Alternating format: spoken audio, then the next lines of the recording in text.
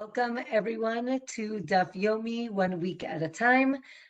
This is our second lesson of Masechet Kiddushin.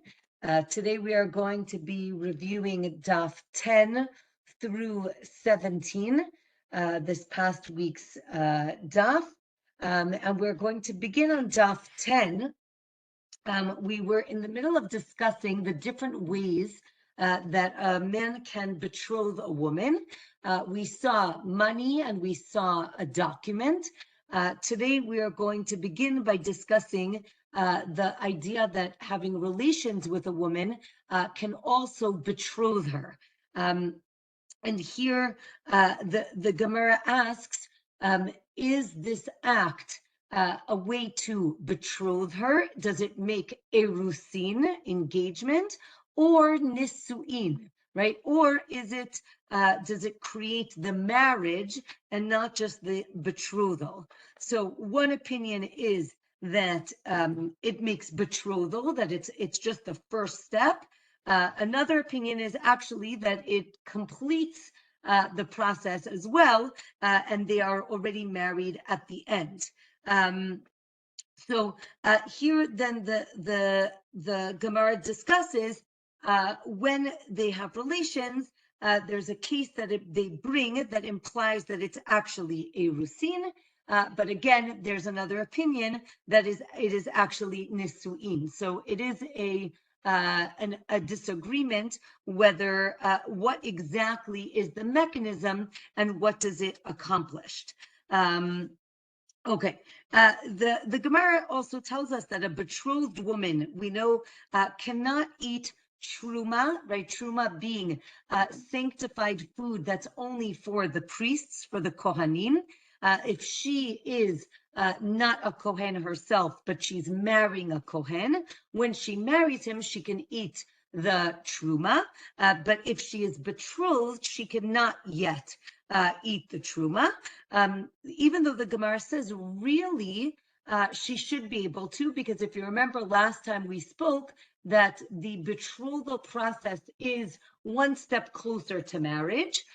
So the Gemara explains that really she should be able to eat this truma, but we're concerned that since she's still living in her family's house, if you remember, she's just betrothed, we're concerned that maybe she'll share this sanctified food, the truma, with members of her family, and that is problematic because, as we said, the family cannot eat the truma, only this betrothed girl can. And therefore, biblically, deoraita, she can eat the truma, but the rabbis decreed that she should not.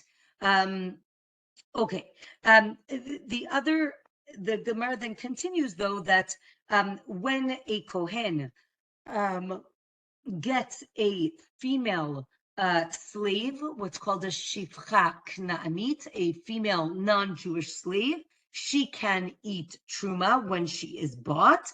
Daf 11 tells us that if there is, again, let's say the kohen betrothed this woman, and really there is no reason that she can't eat the truma.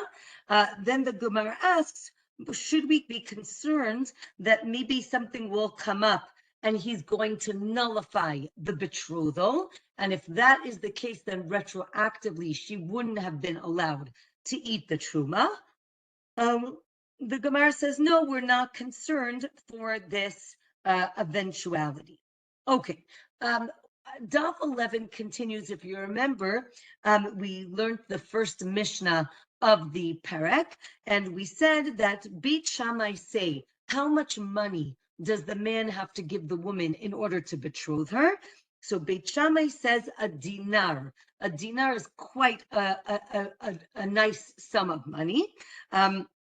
And Beit Hillel say a pruta, which is very little. So now the Gemara discusses why each side says what they do.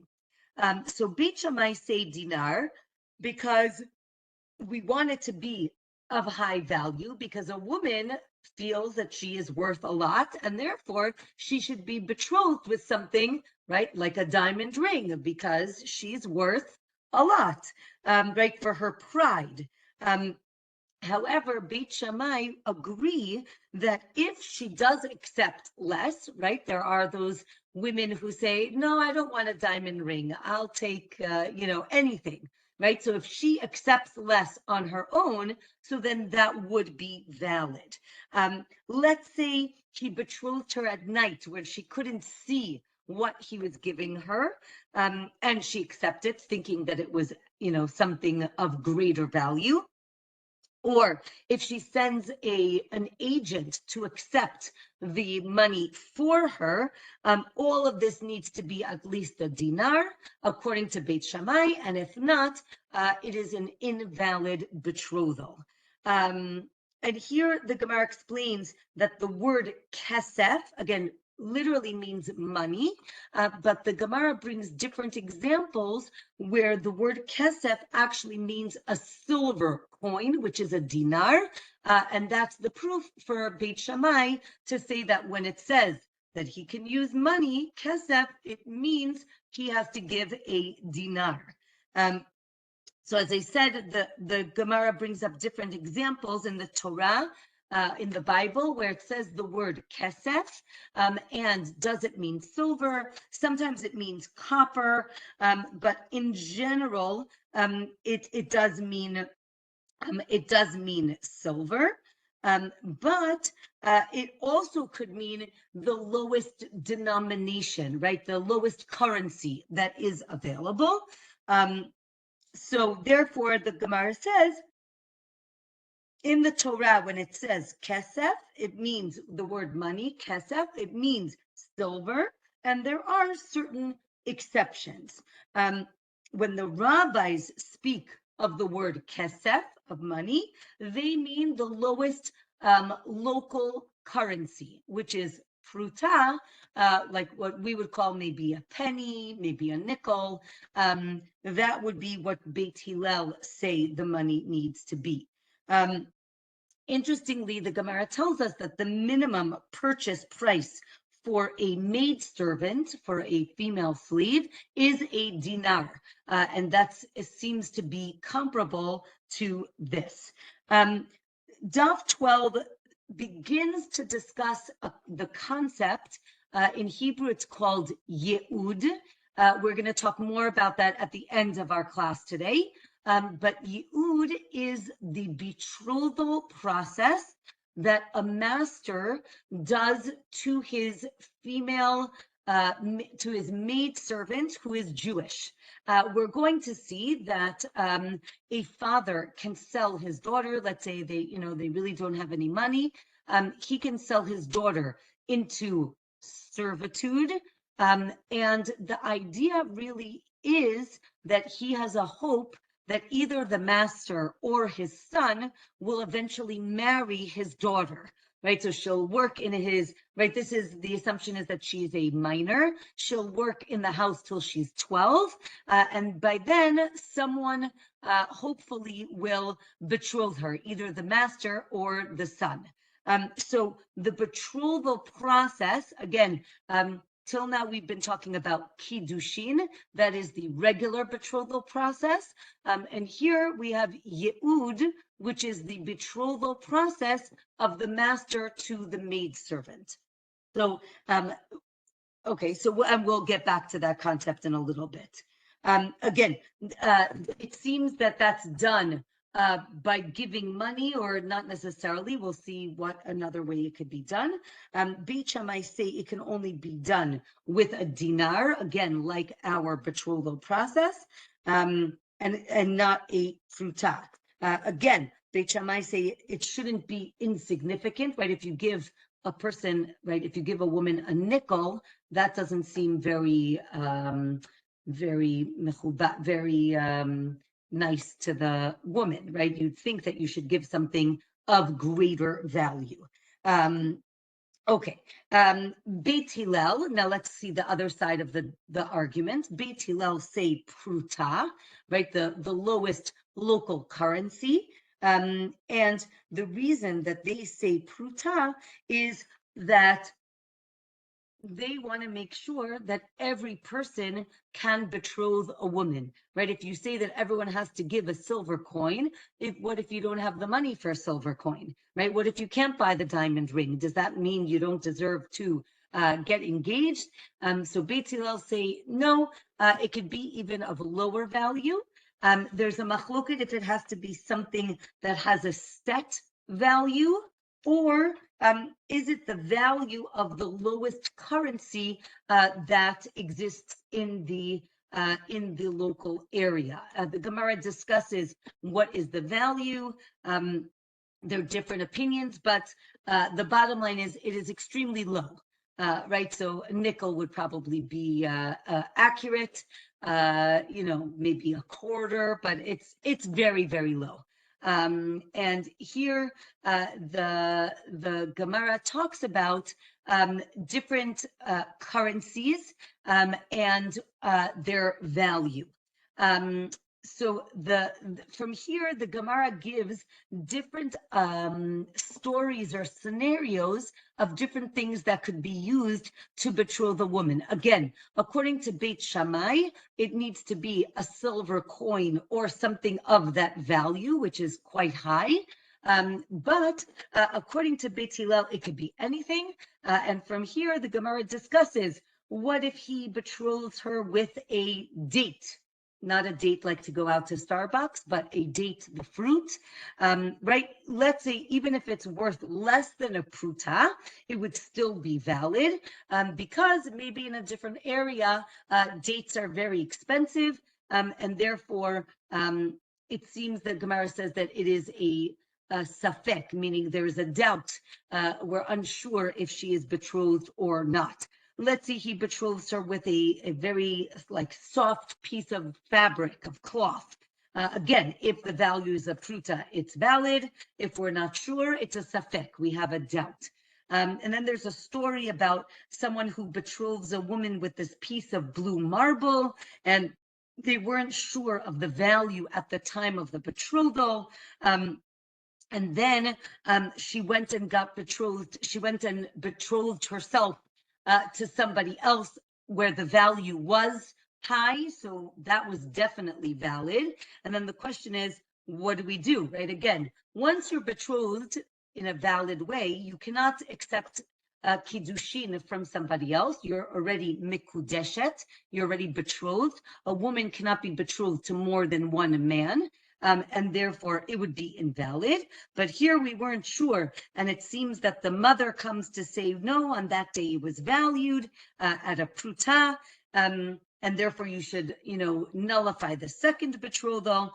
And the Gemara says, if there were witnesses somewhere else that it was worth a pruta, so then we believe them. And the second betrothal doesn't count. But if they're not around to testify, so then that testimony doesn't count. Okay. So then it continues. Let's say he betroths her with a branch of a myrtle, of a hadass. So the Gemara says, really, you shouldn't do this. We're not sure about the value. And again, we have a safek. We have a doubt. The Gemara actually says he should get lashes because he's putting her in this compromising position, or maybe we don't give him lashes. Another one betrothed a woman with a mat of myrtles, and again, so then he says, no, that wasn't the case. There was actually money rolled up in the mat, but he didn't say Hare at mikudeshetli. Remember, there were words that you needed to say when you give it over. So he gave it to her and she took it. And then he said, right, I want you to be betrothed to me. So the Gemara explains she can decide if she wants to accept it or not. Even though she accepted the item already, she can decide if she wants to be betrothed or not, and then she can give it back. Daf 13 tells us that, let's say she doesn't say anything after she gets the money, right? So he says, if you accept this, right, or I would love for you to be betrothed to me, and he gives her the money, but she doesn't say anything. So is the act of taking the money, is that acceptance or not? The Gemara says that being quiet is not acceptance. She actually has to say yes.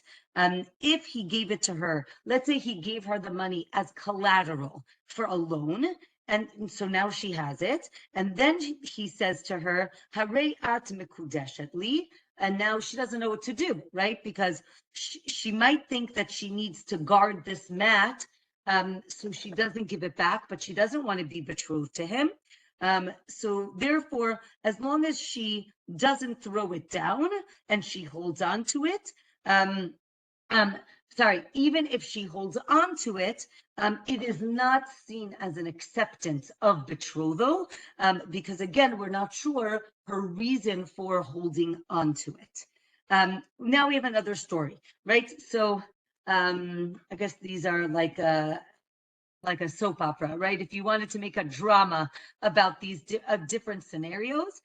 So there's a scenario, a man grabs something from a woman, right? So let's say she's holding something, he grabs it away. She says, "Give it back to me." He says, "If I give it back to you, will you be betrothed to me, right? Will you be mekudeshet to me?"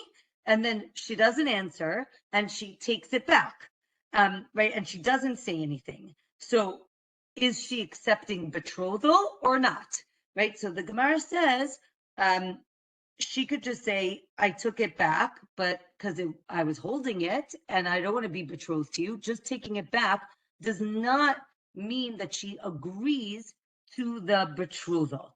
But if they were already discussing getting married, right? They've been dating for a while and they were already thinking about it getting serious. And then he betrothed her, let's say with a stolen item or even with her own item, that is valid because, again, she's accepting it. They were already talking about getting betrothed, so therefore it is valid. Let's say he gives her money that he owes her, right? Again, he's supposed to give her money, but if he owes it to her, then that's almost seen as her own money. Does that work? So let's say he gives her the money that he owes her, and then he says, "Be betrothed to me." So if she wants, she can be betrothed with that money. And if not, so then not. So the Gemara asks, what does that mean if she wants? What does that mean, right? Means that she actually says yes. And if not, means that she doesn't say anything, right? Or does she have to say, "No, I don't want to be betrothed"? The Gemara teaches us that land also cannot be acquired with less than a pruta. If you remember at the very beginning, we discussed that we're going to go back and forth comparing, again, a woman, land, slaves, not because we think that they're all the same, but all of them need some sort of action in order to, if we're talking about property, to take possession of it, or if we're talking about a marriage, create a relationship. So we're always going to compare these three things.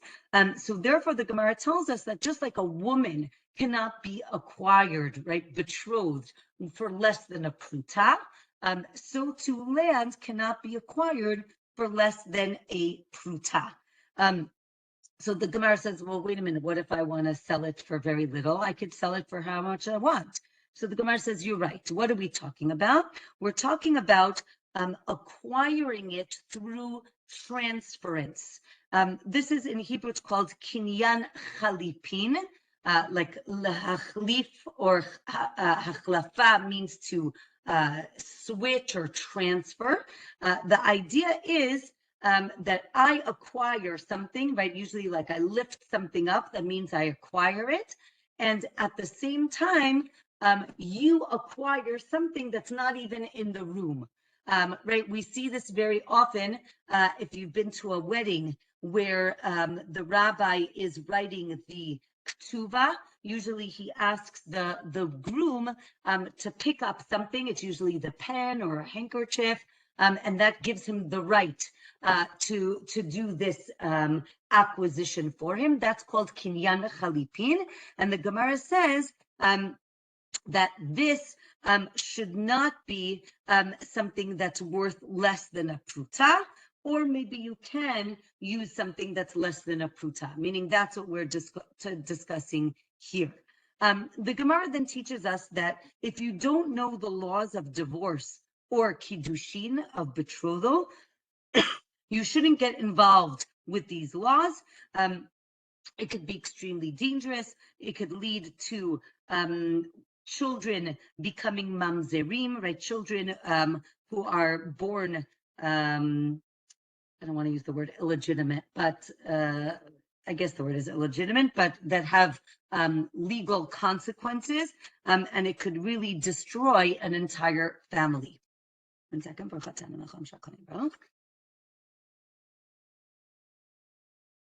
Okay.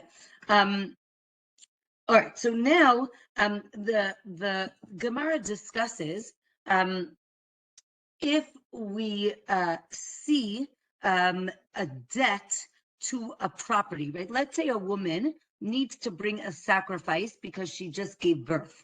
And then she passes away. The heirs, right, of the estate bring her sacrifice, not the sin offering, but the burnt offering, the olah, could be brought after she dies. And this is only if she separated the animal before, right, set it aside before she died. And we see that it's like a debt that is on her property, and therefore they have to bring it for her. Let's say there is an oral loan that was not written down, but it was just verbal. So we learn that the heirs do need to pay it back, but they can't use the liened property. But it is something that needs to be paid back. Okay. We talked about the end of the Mishnah, talked about how she acquires herself, meaning how does she end the marriage? We said get. So those of you who just finished Masechet Gitin will know many of, right, will understand this concept. Right, the get is a document that ends the marriage, right? The Torah teaches that divorce is through get, but if he dies, right, let's say he dies, how do we know that she can marry anybody else? It actually doesn't say it anywhere. So we learn it from Yibum. If you remember the Levirate marriage, the Torah tells us, actually last week's Torah portion, last week's Parsha, the idea is that if a man dies before the couple had children, she needs to marry his brother. If they don't want to, she can do a ceremony. But that shows that she could not marry anybody else till she marries the brother, which means anybody else, meaning every other widow, right, if they have children, is allowed to marry anybody else when the husband dies. Okay. All right. Okay, Daf 14 tells us that the Yevama, right? So again, we did the regular woman is acquired through three things: kesef, shtar, bia, right? Money, document, having relations. She acquires herself, meaning that marriage ends either in divorce or in she becomes a widow, meaning he dies. And then the Mishnah told us that the Yevama, right, the woman whose husband died and they didn't have children, she is acquired by her Yavam, by the brother-in-law, through having relations, right? We did that in Masechet Yevamot, and that is learned from the verse. He cannot use kesef or shtar, right? He cannot give her money or write a document. It's only by having relations do they become married. again, and only with her consent. If they don't want to do yibum, if you remember, they could do chalitza. Chalitza is a ceremony. This is all from the verse, right? After she does chalitza, she can marry anybody that she wants. Chalitza has to be done in a Jewish court, and everybody has to say, right, chalutz hanal, right, to this person, the brother-in-law who didn't want to marry her. She removes his shoe, she spits in front of him. If the Yavam dies, so then she can marry anybody, right? There's no Chalitza because he died, so then she could marry anyone. Now, again, since we're comparing regular women to Yibum, the Gemara says, don't think that we can use one to the other, right? Chalitza, doing a ceremony, does not work for a regular woman and her husband to get divorced. Right, only get, and you can't use a get for yibum, meaning it's either you do yibum or chalitza, but you cannot give a get. That does not end the relationship. Right, we can't learn one from the other. Okay, it says that, right, if you remember, the katavla sefer kritut, right, he has to write for her a bill of separation, right, that's the divorce document. So the Gemara says, again, la, it has to be written for her, right, as we learned in Masechet Gitin, right, the get needs to be written specifically for her. Again, as I said, not for a yivama, and it can only be written for one woman. We did learn where they tried to write two gets on the same paper, but that's from last Masechet. Right, it says that if they want to do chalitza, right, she takes off his shoe. It says the word na'al, shoe. So she is sent free only by this ceremony and nothing else, right? It also teaches that it doesn't necessarily have to be his shoe. It could be any shoe. Okay, so with that, we finish the portion of betrothal. As I mentioned, we are also going to discuss other acquisitions, I guess we could call it. So the next Mishnah on Daf 14 is going to take us to the idea of a slave. Again, in the time of the Torah, of the Bible, and the Mishnah and the Talmud, the Gemara, we do have this concept of slavery. It looked very different than, I would say, I don't know if the word is modern slavery, but slavery of the past couple of hundred years. It seems to have been, I don't know if the word is more moral, but definitely trying to protect the person. They have to be fed well, they have to be treated well, they can't be working 24 hours a day, they get set free, we'll see in a certain amount of time. So it is important to understand that there's two types of slavery in the Torah. One is Jewish slaves, what's called Eved Ivri. Eved is slave, Ivri means Hebrew, so a Hebrew slave, as opposed to Eved Knaani, which is a non-Jewish slave. They have very different laws. An Eved Ivri, a Jewish slave, either sells himself into slavery because he owes money to somebody and he can't pay it back, so he decides to sell himself to pay off the loan, or another option is that another scenario is that a person stole money from somebody else and then couldn't repay what he stole, and then the court, the Beit Din, sells this person into slavery, again, to pay off as punishment, but to pay off the debt. We're going to see a distinction between how they were sold and certain laws that apply to them.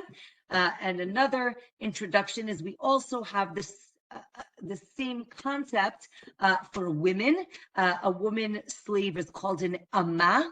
An amma ivriya is a Jewish maidservant.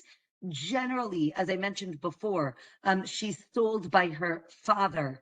She's a minor.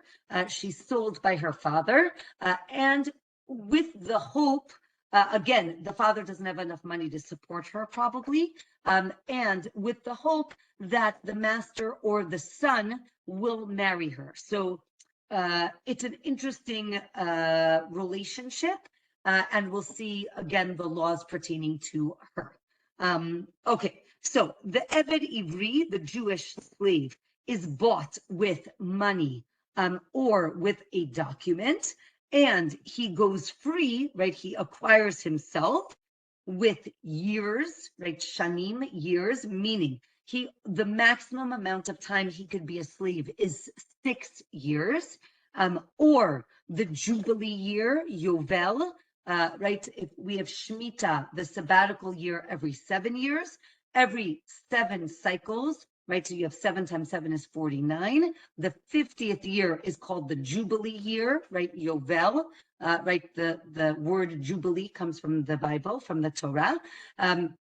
On the 50th year, on the Jubilee year, all slaves go back, all Jewish slaves go back to their, they acquire themselves, meaning they go free.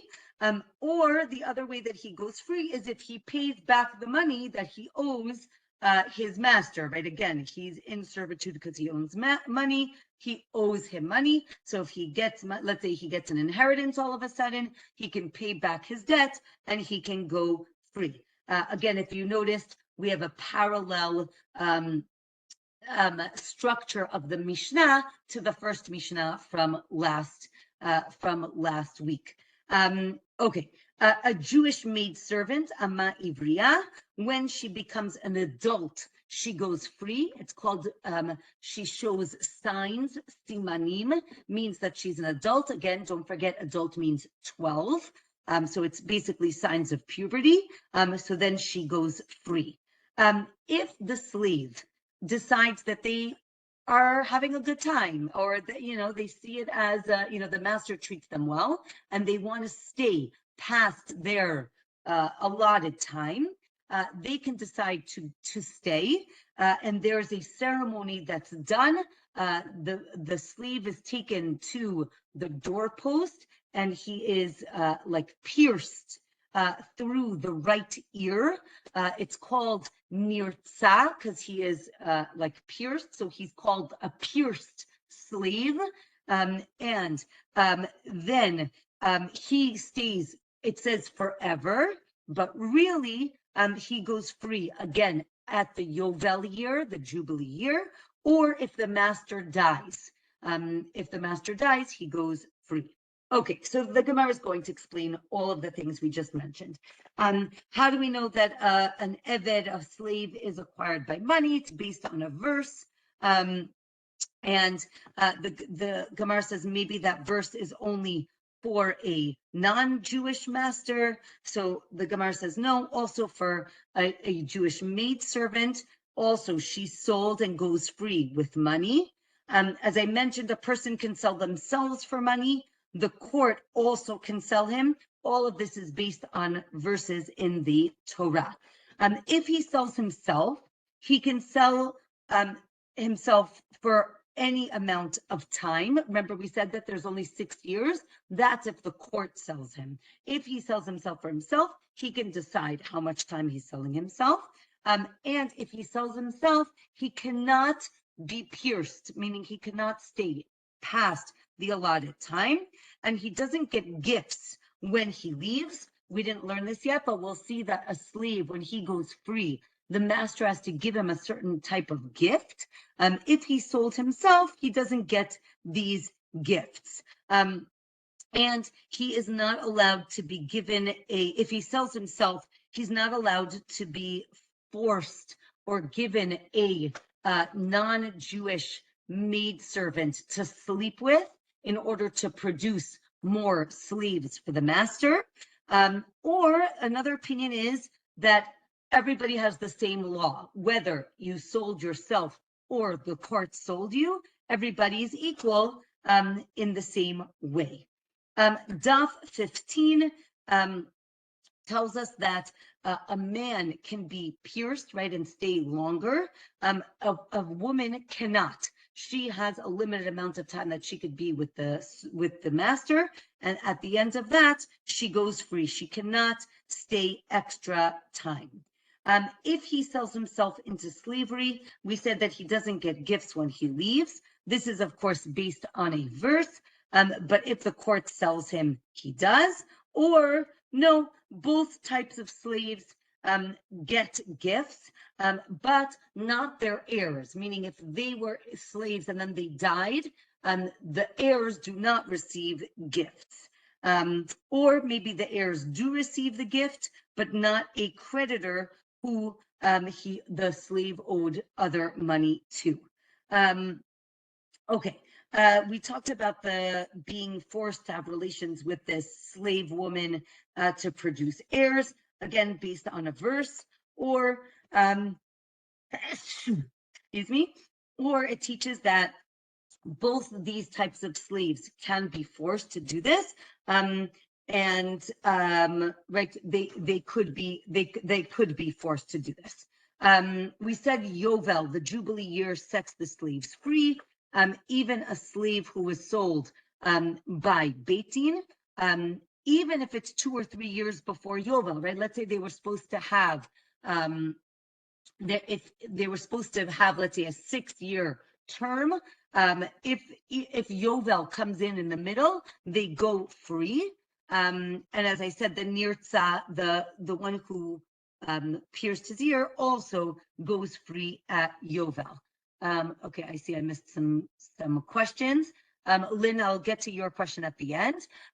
Zohar asks, correct. If the maidservant wants to stay longer, she cannot. The alternative is he has to marry her. Either he marries her or he gives her to his son to be married, but she cannot stay longer. We'll see more of that in the Gemara.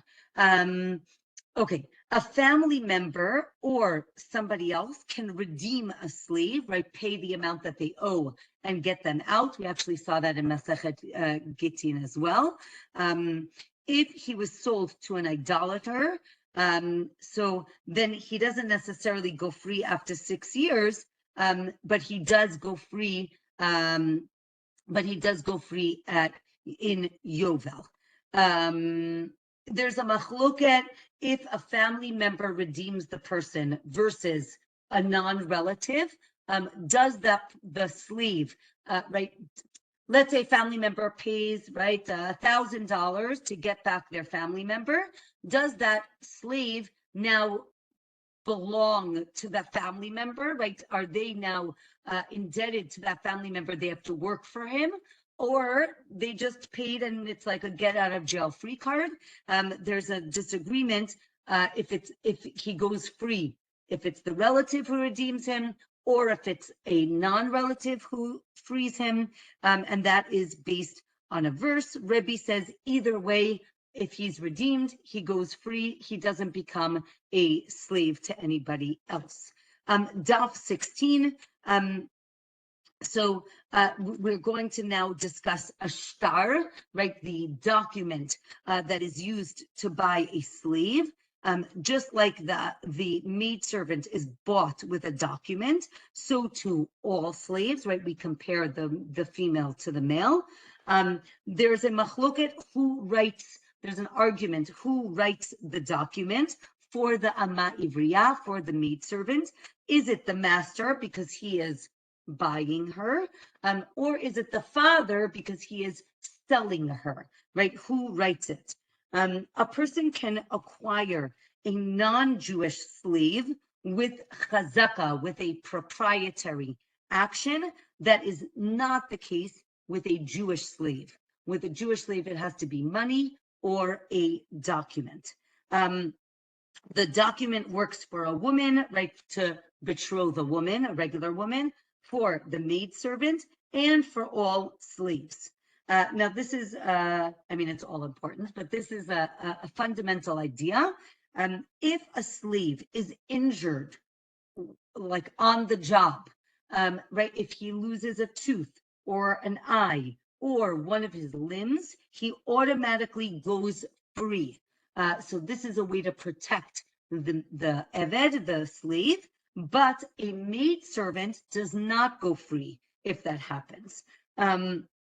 Okay, we said that they acquire themselves with years, right? We said it's 6 years is the maximum term, or yovel, or they can pay the difference and go free. Again, they can give money or something of value. They can also give a document like a promissory note or a document of emancipation. That's how they go free. It's important to understand that the Jewish slave, his body is not owned by the master. Right, he is indentured, he needs to serve him, he needs to work for him, but he is not owned physically by the master.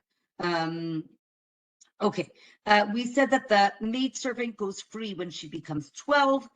Maybe she also goes free when the father dies, also when the master dies, and that seems to be a discussion in on Daf 16.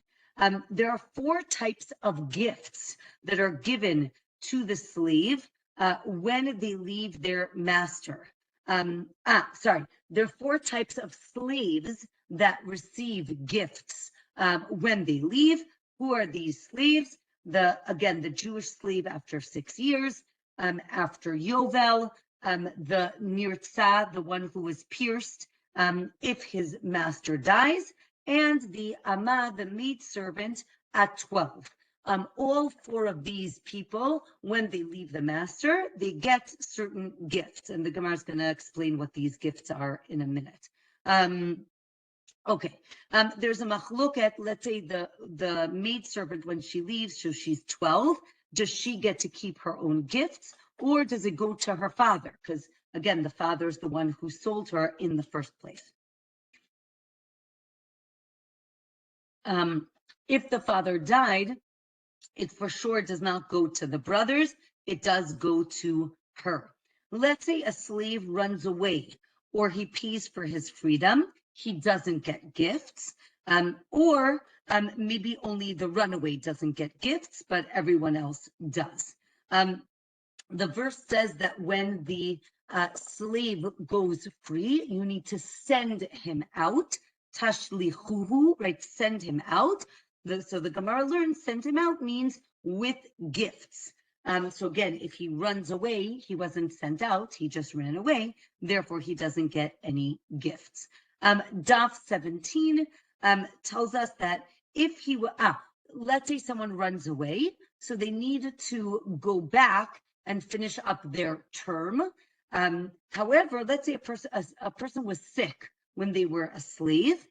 So for 3 years, if they were, again, they're supposed to be there for 6 years. If they were sick for 3 of those years, they don't have to make up the time.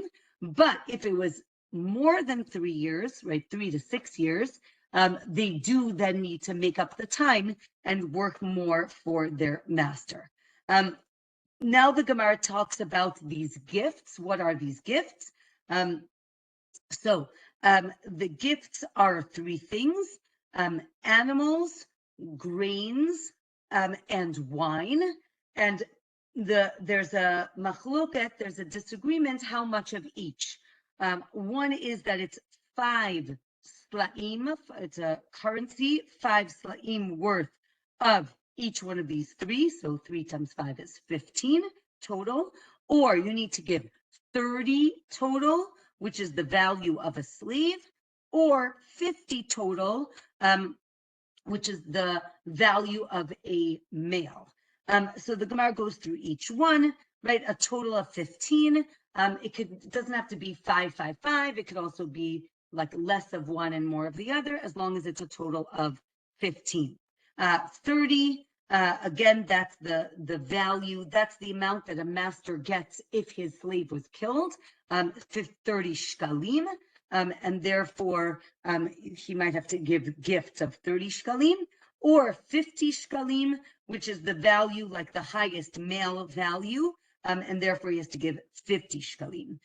He can give anything else as well as a gift, right? He doesn't have to only give these things, but these things, right, flock, grain, and wine are things of bracha, says the Gemara, things that increase on their own, right? Animals have babies, things grow, they increase on their own. You can't give money or mules, right? You can't give things that don't reproduce on their own.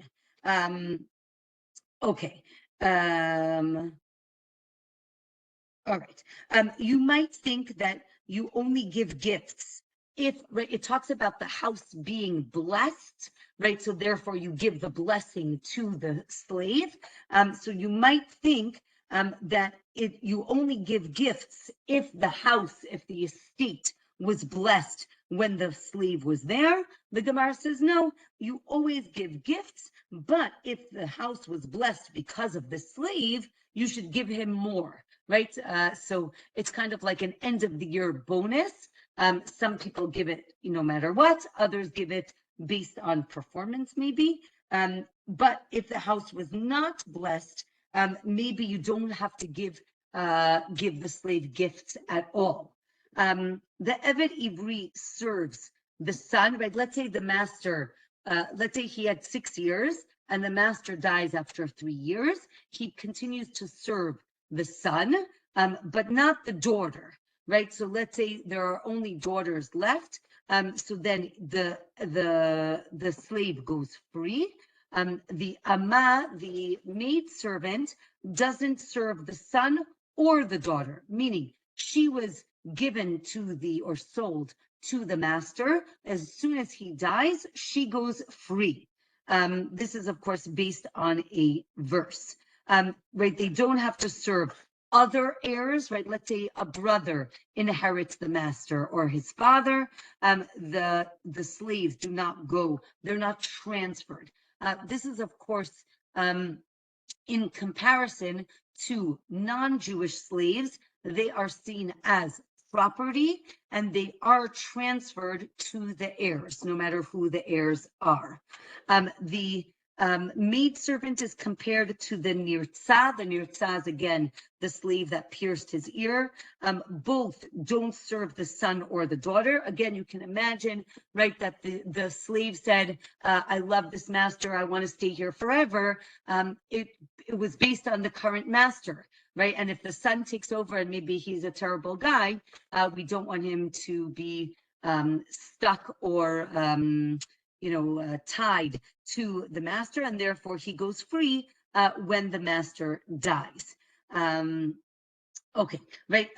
And from here, since we're talking about Jews, non-Jews inheritance, so the Gemara ends, Daf 17 ends with a discussion of non-Jews. Right, we know that Jews inherit from their fathers, and the Gemara says that non-Jews inherit from their father. Right, meaning that so too, right, non-Jews also. What about converts? Right, we know that according to Jewish law, really a convert, when they convert, are seen as reborn and technically not related to their previous family because they are now Jewish. What's interesting is the Gemara discusses that the convert also inherits from their non-Jewish relatives, right? Even though according to Jewish law, they're not really related anymore. We know that really they are, and therefore they do inherit from their parents. But the opposite, a non-Jew doesn't inherit from their convert parent, right? Let's say a family converts together, right? There's a parent and a child, they convert together. Technically, well, one second. Let's say there's a family and only the parent decides to convert, right? And the child is, let's say, not Jewish. So again, according to Jewish law, again, they're not really related anymore because the father is now Jewish and the child is not Jewish. So any Jewish children will inherit their Jewish father. The non-Jewish child will not inherit from the father. Again, this is all if the father didn't write anything in a will. If the parent wrote something in the will, obviously he can give money to whoever he wants. So that's important to understand. According to Jewish law, you can give your money to whoever you want. It has to be written in a particular way, but as long as it's a gift, it could be given to whoever you want. Here is it's if it wasn't written down beforehand. But again, it's interesting, right? If a child, let's go to the other case, right? A whole family converts together. Technically, they're not really related because they're all individual Jews. However, we say that there are many rabbinic decrees on this family. Like, let's say, technically, the brother can marry the sister because they're not seen as related, but we say no, we do see them as related. They can't marry each other. They can inherit each other. And this, of course, is learned from different verses. We have the idea of Esav and Yaakov inheriting from their father Yitzchak, right? Presumably only Yaakov, only Jacob is Jewish. Esav is not Jewish, but they both inherit their father. So we do see that the non-Jewish children can inherit from their father. Okay, with this, we're going to end and discuss more next week. We will meet regular time. I wanted to get to Lynn's question. She wanted to ask about the kinyan chalipin, where you like lift an item. So Lynn wrote, doesn't the thing you are acquiring need to be something you don't already own when you lift it? Lynn says that she was once told by a rabbi to lift up a pen on Zoom, but it was her own pen, which is an excellent question. There's actually a machloket in the Gemara, whose item is being lifted, right? Is it the seller or the buyer? If you remember, we had a story, I want to say that it was in Gittin, but it could have been in Ketuvot, where a man wanted to, I think it was in Gittin, a man wanted to free his maidservant. He was on his deathbed, and he tells her to lift up something. And then afterwards, the rabbi said it didn't work because she lifted up her own thing and not his thing. So you're right, Lynn, there is a difference of opinion whose item is lifted in that case. And some do say you right, really it should be the other person's, but I think there is an opinion that says you can lift up your own item, because again, it's ceremonial, and therefore it could work. So that is the idea. Okay, I think I'm going to stop the recording, but if anybody has questions, I'm happy to discuss any of the things that we discussed further for a few minutes. I want to wish everyone a wonderful week, a Shabbat Shalom, and I will see you next week.